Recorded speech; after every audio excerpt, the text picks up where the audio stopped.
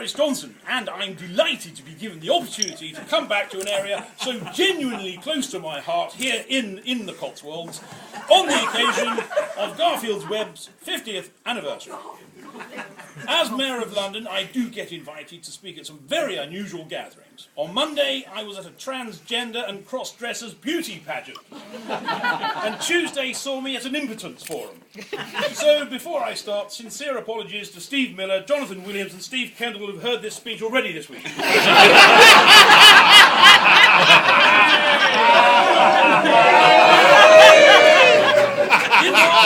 Incidentally, at the Impotence Forum I got a standing ovation, but only from the organisers. Now, whilst talking about our host this evening, I will intersperse a little detail about a subject dear to my heart, me. I was christened Boris Alexander DeFeffel Johnson. I was born in New York where my father worked for the World Bank. His grandfather had fled to Britain from Turkey during the Turkish War of Independence. He built a prosperous life for himself here, having arrived with only £3 in his pocket. Mind you, it was good gear. Gary, meanwhile, was born in Maple, Durham, where, up to the age of 11, I'm led to believe he was the star pupil, both sporting and intellectually, at Kidmore End Church of England Primary School in Kidmore End. I've known Gary ever since I was a schoolboy at Eton, and he wasn't.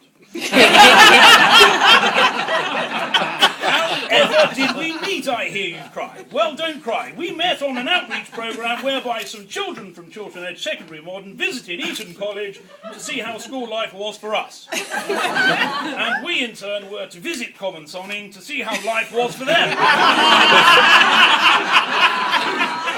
I didn't actually make the return trip, but David Cameron and I did send our fag across, who informed us that it was very different. But importantly, Gary and I got on so well, some even said we look alike. I can't quite see it myself, but hey-ho, and we kept in touch. When I left Eton, I went up to Balliol College, Oxford, reading classics as a Brackenbury scholar. Gary, following his A-levels at Henley College, took the first of his many sabbaticals, doing casual work for 6 months and travelling extensively for 6 months throughout Oxfordshire and Berkshire. in the pursuit of unlikely liaisons. Whilst at Balliol, I developed a growing admiration for the life and work of the Roman poet Virgil. My favourite being his later work before he joined International Rescue.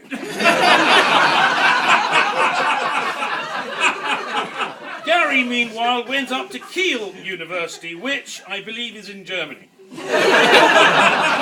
where he studied international relations and practised foreign affairs. So what of our parallel careers? With my first in classics, I joined the Times, then the Telegraph and the Spectator, became an MP and then Mayor of London. Gary, with his second, went first to Barclays Merchant Bank and then to the London Stock Exchange with Ackroyd and Smithers, jobbers to the gentry, to New York with James Capel, Britain's leading stockbroker, on to HSBC, the world's local bank, and finally to Intercapital, hello Shag, how's your knob? In 1999 he then took a second elongated sabbatical to contemplate his future, which continues to this day. So, ladies and gentlemen, here we are in the delightful Reddish Manor, an interior design house unlike any other, I'm sure you'll agree. Indeed, this is the house that put the shabby into shabby chic.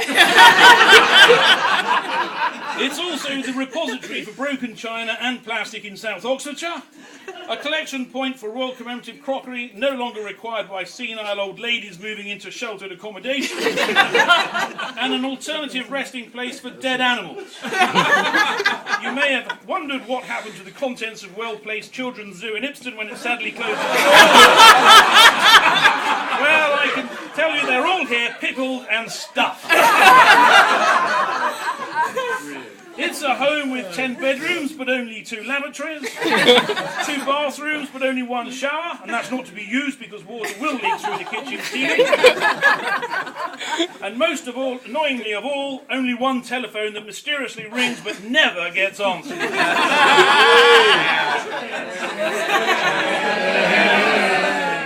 The garden too has features you'll see nowhere else. Where before have you seen an ornamental lake in the middle of a driveway? Illuminated no less. Where else can you find a gypsy caravan used as a firework launching pad? A croquet lawn that doubles as a dog loo and a nature trail. Even the cars here double as dog loos and nature trails. To move on, I think it's fitting to mention a few milestones in the life of Garfield. 1970, Green Team captain at Kidmore End School. 1973, founded the Chasey Heath football team. In their first season, 1973-74, they conceded 321 goals and scored 19. I'm sure Gary would like me to point out that the team did improve. It lasted for 30 years. He appointed himself life president, but that he still holds the club record for goals per game average. 1975, he represented East Reading at the World Scout Jamboree in Norway, where he had a gay old time. 1991, moving along, he met Sarah in the steward's enclosure at Henley Regatta. In 1991, he also learned to drive, aged 31, and had 9 insurance claims in his first 14 months. Did I mention Sarah taught him to drive? 1997, he was delighted with the birth of George. 1999, equally delighted with the birth of Henry. 2001, less than delighted at the performance of the Sturcombe Investment Club, where he and co-founders Trevor, Greg, Graham, Max, Steve and Phil turned £62,000 into £1,100 in 1 year.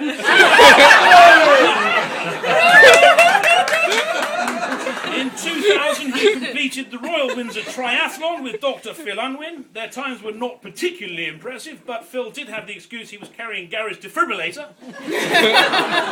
I'm not sure if anyone other than Phil has seen Gary in a wetsuit, but having completed the swim phase of the triathlon, it took 4 marshals to help him out of the Thames onto dry land. Whereupon 2 members of Greenpeace sprang forward and rolled him back into the water.